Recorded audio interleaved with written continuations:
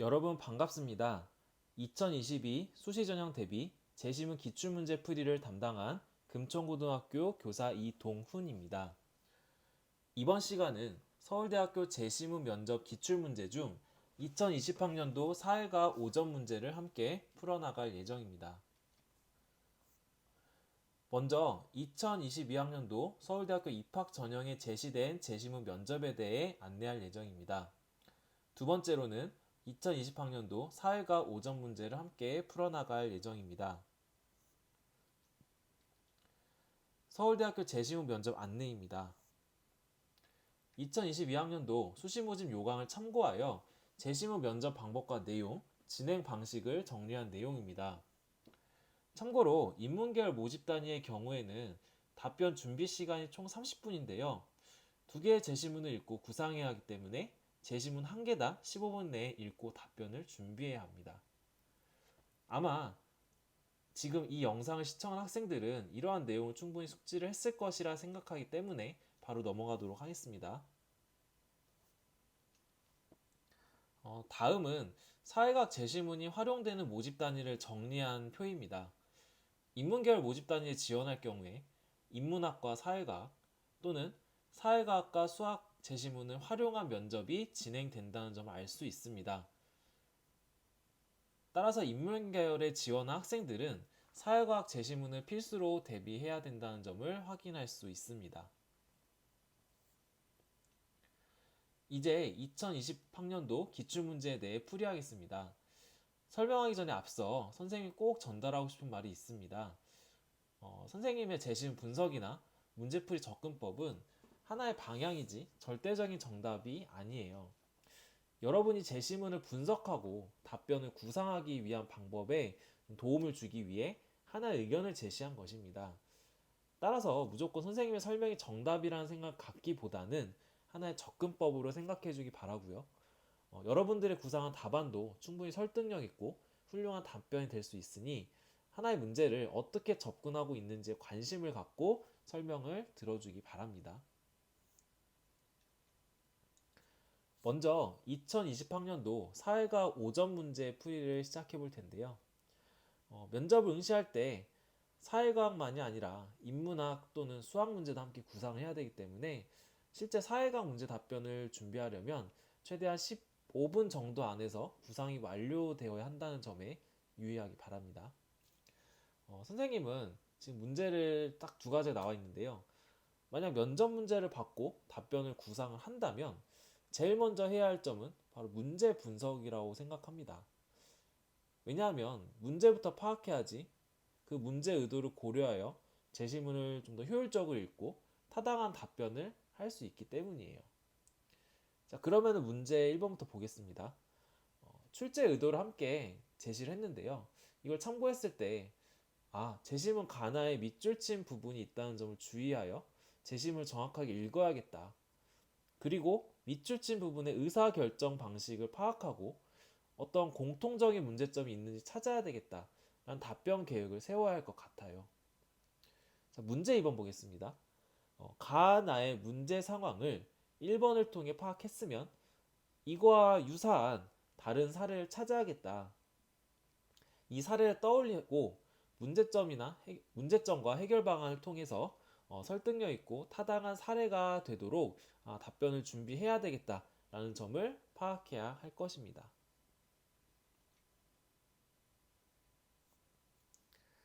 이제 문제 분석을 바탕으로 방향을 잡고 이걸 바탕으로 제시문을 읽고 빠르게 정리를 해야 할 것입니다. 주어진 시간이 많지 않으니 읽으면서 핵심어를 체크하거나 핵심어 위주로 빠르게 메모하는 것이 좀 필요합니다. 제시문 분석하기 전에 만약 아직 지금 제시문을 모두 안 읽었다면 잠시 화면을 멈추고 제시문 가와 나를 먼저 읽어주기 바랍니다. 그럼 제시문 가부터 보겠습니다. 가는 재정자립도라는 지표를 기준으로 어느 지방자치단체가 중앙정부 예산을 지원을 요청하는 상황이네요. 그리고 밑줄 친 부분을 볼게요. 문제 1과 관련되겠죠? 중앙정부는 재정자립도를 기준으로 수년간 예산을 차등을 지원했다는 것은 재정자립도가 낮은 지자체에 예산 지원을 많이 했다는 것이고, 재정자립도가 높은 지자체에는 예산 지원이 적었다는 의미겠죠. 그런데 문제점은 중앙정부 예산 지원을 많이 받으면서 지자체가 자체 재원도 많이 한다면 재정 자립도가 높아졌을 텐데요. 제시문처럼 지자체 재원의 증가가 없이 중앙정부 예산만 의존하게 된다면 결국 다시 재정 자립도가 낮아지고 다시 중앙정부의 지원을 의존하는 악순환이 반복될 것이에요. 이러한 문제는 반대로 재정 자립도가 높은 지자체는 단지 재정 자립도가 높다는 이유로 중앙정부의 지원을 계속 적게 받게 되는 문제점이 한 개 생기게 되는데요. 따라서 예산 지원 기준에 대해서 제시문처럼 문제 제기를 할 수밖에 없겠죠.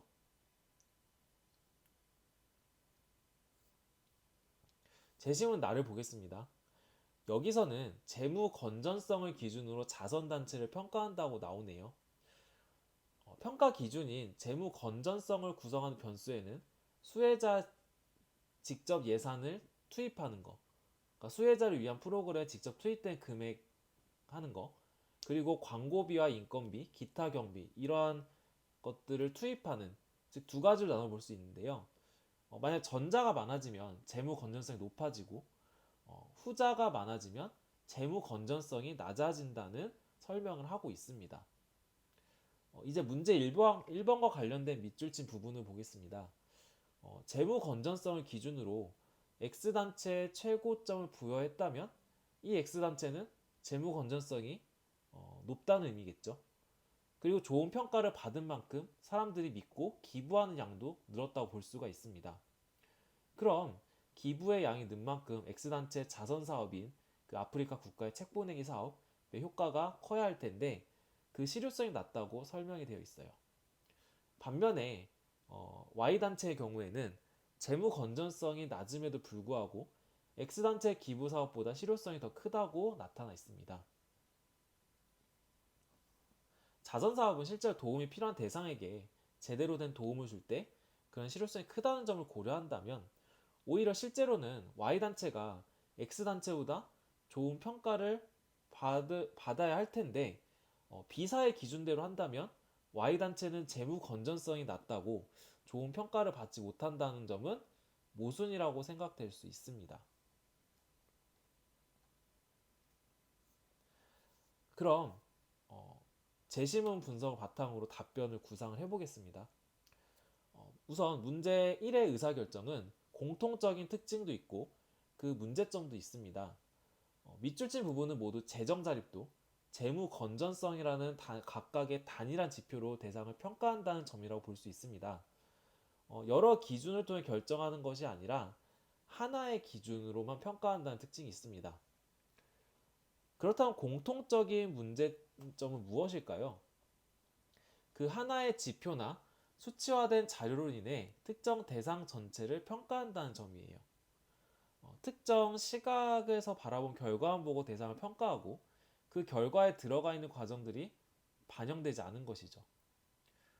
가의 경우 중앙정부에 대한 의존도가 높아지고 예산 지원을 적게 받게 된 다른 지자체에 대한 어떤 역차별 요소가 될 수 있겠습니다.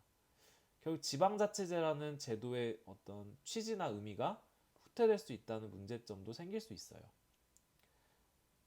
나 같은 경우에는요, 자선단체를 평가할 때 다양한 요소를 고려해야 하는데 단지 재무 건전성이 높다고 해서 우수하다고 단정 지을 수 없다는 점, 그리고 기부 효과도 큰 것이 아님을 Y 사례를 통해 드러내고 있습니다. 자, 그럼 문제 2번에 대한 답변을 구상을 해볼 텐데요. 문제 2는 문제 1에서 파악한 제시문의 사례 분석을 바탕으로 유사한 사례를 제시하고 거기에 나타난 문제점이 해결 방안을 함께 설명하는 문제입니다. 학생들 많이 고민이 들 거예요. 특정 정답을 요구하는 것은 아닌 것으로 보이지만 중요한 건 지원자 본인이 제시문과 유사한 사례를 타당하게 제시했는지, 그 사례에 대해 분석하고 문제점과 해결 방안이 논리적인지 구상하면 좋은 면접 점수를 잘 받을 것입니다. 그렇다면 그 사례를 어디서 찾아야 하느냐?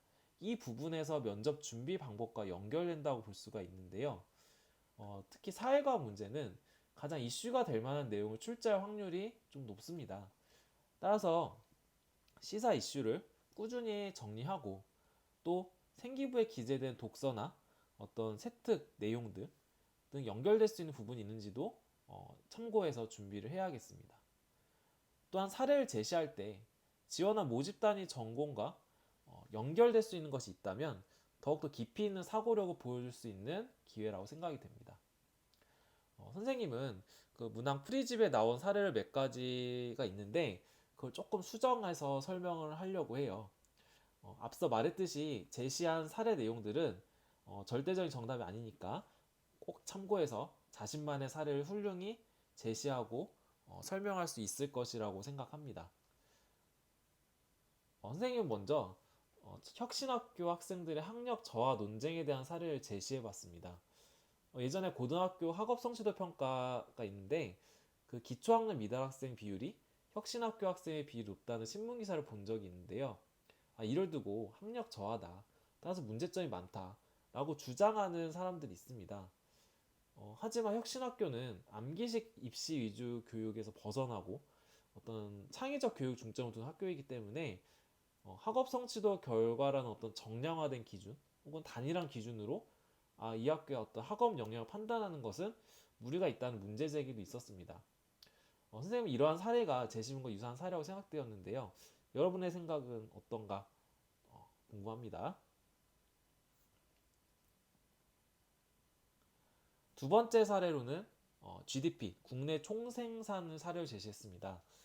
상경 계열이나 관련된 모집 단위 지원자라면 이 분야와 관련된 사례를 제시할 때 더욱 좋을 것 같다는 생각을 해봤습니다.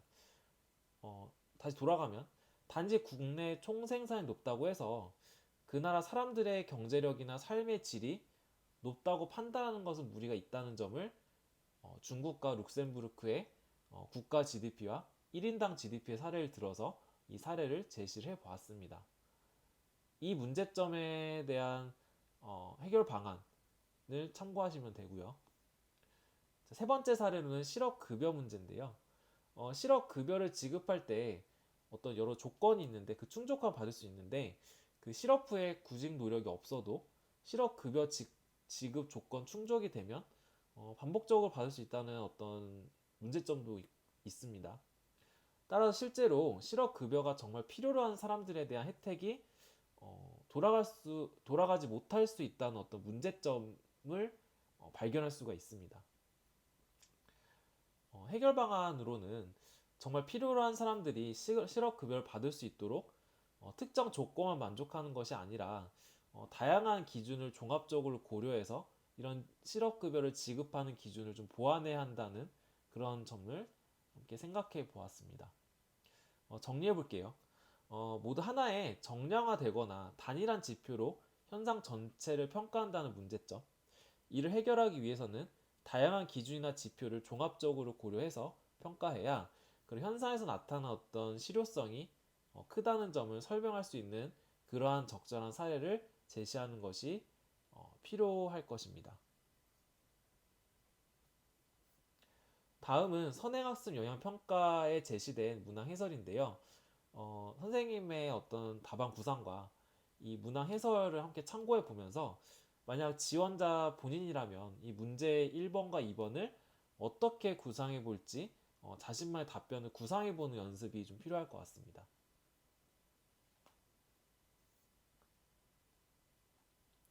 2020학년도 사회과학 5점 문제 해설 강의를 마치도록 하겠습니다. 5 문제도 함께 들으면서 면접에 대한 자신감 높여보기 바라고요. 면접 준비에 조금이나마 도움이 되었길 바랍니다.